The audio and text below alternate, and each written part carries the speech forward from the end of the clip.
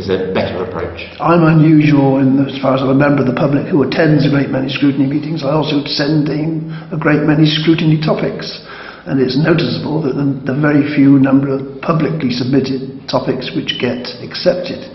And I do wonder what's the point of inviting topics from the general public if you're not going to take note of them or act upon them, because people put in quite a lot of effort in preparing their submissions. I've submitted several dozen topics. I've never yet been called as a witness before a hearing. Well, I mean, the first sub-panel that I chaired was one actually done from a public submission, and that was done on the policing of parks and gardens. It actually got a lot of public interest, although some people might feel it's more of a trivial subject, but this is the issue. If you get a public submission which actually the public want to talk about, if people are concerned with the lighting at the end of the road, then what an elected member are you supposed to do? That's the type of thing you've But at the present time, the system is so overloaded with topics which have come down from the Assembly. The scope for public topics to be accepted is virtually nil, isn't it? It's very difficult, although we have to accept they're not necessarily mutually exclusive. Sometimes there is overlap. I know that, although, I mean, as you'll be aware, we will be looking at the surveillance one come the new year, which was in a much cut down form. I asked for a very general look at surveillance, all aspects of surveillance, and it's basically down to police cameras, which is a very small part of surveillance. Yes, because we haven't got the resource. I understand the problem, but if we're going to play at scrutiny and pretend we're doing scrutiny, but we're not really doing scrutiny, are we? You can't do everything. You can't do everything, and you've got to be smart with your topic suggestions. You've got to be smart with what you're doing and how you can handle it. When you became the chairman or part of the chairman's panel, I can never quite remember what they call it, the chairman's committee. Yeah. Apparently they drew up some policies which excluded the public from the panel meetings. The public are only allowed to the panel hearings. Now that to me was a very retrograde step, because there was a lot of information which went on which was perfectly valid. It was should be in the public domain, but now the public's excluded. The chairman's meetings themselves, they used to be open to the public, they're closed to the public. There's a general closing down, as far as my perception, of topics that are taken up, the fewer and fewer public topics taken up. This closing down is part of a very backward step. Do you not see that, or is that... I don't know, because I'm very conscious that when we were discussing other things, for example, like our questioning plan around the table, because it was a public meeting, that was taken down and whacked up on the internet before our guests, our witnesses appeared. Our tactics were kind of put there for anyone to see. There has to be an element where, when you're doing things like that, when you're appraising members after a review, there are some things that actually that's not quite right, but that should be in the public domain at that time. But they always had a part A and a part B anyway, so they could, for some things, they could go into part B, but to close it down entirely to the public seemed to be a rather... Well, I think it was getting to the stage that all members of the public were seeing were just the approval of minutes. Maybe so. The streaming, the podcasts that you introduced, I've had great difficulty personally actually accessing them. I don't know why I'm wrong with my machine. Any idea how many people actually look at them? No, at this time, no idea. I think it's a pilot scheme to try and...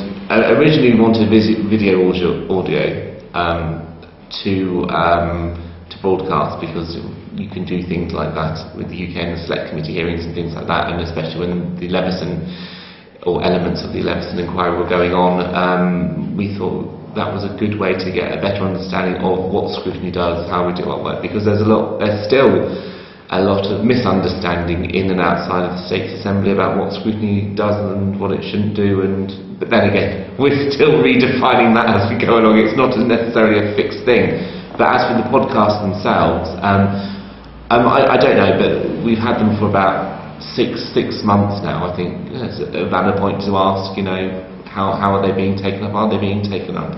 Because the other aspect, part of that, was the fact of people like myself going along with the camera and filming the hearings, or the meetings as they were, meetings and hearings.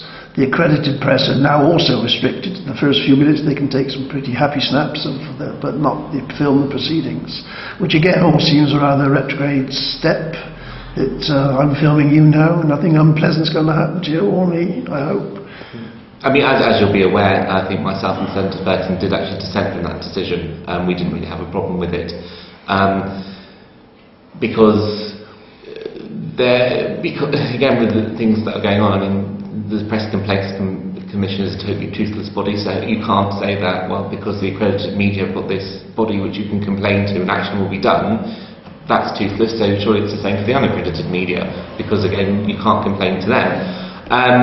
There are other members of the Chairman's Committee who decided that they didn't want that, and I suppose in a sense that was the committee's decision. I looked on the Scrutiny Facebook site the other day, there was one entry on it, that's all there was. There's nobody keep that up to date. I think that the officer who was in charge of that regrettably was on secondment to another department, and I suppose that's probably lagged, and we'd have to chase that with the scrutiny manager. Generally speaking, do you think the public is made sufficiently aware of what goes on in scrutiny? I mean, obviously it's not the sort of thing that's going to attract some people, but there are interesting things go on. It does affect most people in the island sometime or other. Yeah, but I think at the same time you can get sometimes kind of government overload. Sometimes it's called consultation fatigue. I think, and it's a different balance. I mean, obviously I'm one of those people who live and breathe politics, and I can't get enough of it. I think there are other members of the public who don't care less. It's not how I think they should feel, but that's how some do feel. I think it's very, especially, like for example, we put out our Scrutiny Matters brochure recently to try and aid that process, and already we were getting criticism about, you're wasting money promoting yourself.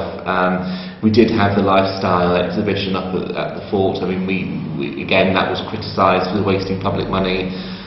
So it's always that balance between how do we promote ourselves. Well, the one certain way to promote yourselves is to encourage people to come to scrutiny meetings and participate in the meetings. I sat through the other day, the Lemazrays were sitting at a meeting which was called at very short notice. The representatives from Lemazray were sitting on the public seats, and the chair of the meeting said, "Oh, you'll have your turn to speak," but he didn't mean at that meeting, so they were having to sit there and listen to things being said about them. They weren't able to respond. It would have helped everybody, saved everybody so much time if they could have participated at that meeting there and then. And that's the case with so many scrutiny meetings. The public have to sit there in silence, and at the end they could surely have a quarter of an hour slot for the public to raise any points they want to raise. Yeah, I mean, I don't have a problem with reviewing processes, and whether that would be a good thing, that would be helpful. I mean, at the same, and yes, there is a wealth of knowledge that at the same time we do work with some members of the public who are very, very picky about certain matters, and no matter what one does, they'll never be happy with them. The best witnesses I've ever seen at a scrutiny meeting were the group of women, mostly. I think they were all women, raising respite for the autism, people with autistic children. And they were extremely articulate and vociferous, well-researched members of the public. They were brilliant. So I don't think scrutiny can do anything but benefit from encouraging the public to speak. Yeah, I mean, and when we do our laws for the terms of reference, when people write to us, we do take on board what they've got, and if it is a particularly well presented case, we do make the offer for those individuals to come in and talk to us now and again. It depends on what the topic matter is. And just to wind up, because we're running out of time, but one of the issues we raised with the other deputies was the fact that individual cases are not supposed to be taken up by scrutiny, yet the complaints board process is totally inadequate. And that an island the size of Gibraltar, a very small population, gets thousands of cases dealt with by an ombudsman, which has a sort of an overlapping process between complaints board and scrutiny. Now that is a facility that could be opened up. Again, you're already overloaded with work, you don't want more work, but it's something that ought to be done at scrutiny level, isn't it? Possibly. I mean, I think we do a lot. I do a lot at constituency level. So maybe sometimes it's not appropriate to do it in scrutiny as it's set up. Sometimes you take it on as an individual constituent matter, or you might refer it to the relevant deputy or constable of that area, depending what the issue is. I think, it's a workload commitment, it's a time commitment, and especially when you're dealing with individual cases, that requires a lot of sensitivity, it requires a lot of time, it requires a lot of being very professional in these matters, and if you started getting flooded with them, you wouldn't be serving the people properly in that particular regard, I don't think. Anything else you want to say before I wind up? Just to members of the public, whenever we do have our terms of reference for scrutiny, do feel free to write in any questions or queries that you think would be useful. It was very helpful in the TASER review, so please do carry on doing that. Thank you indeed. Thank you.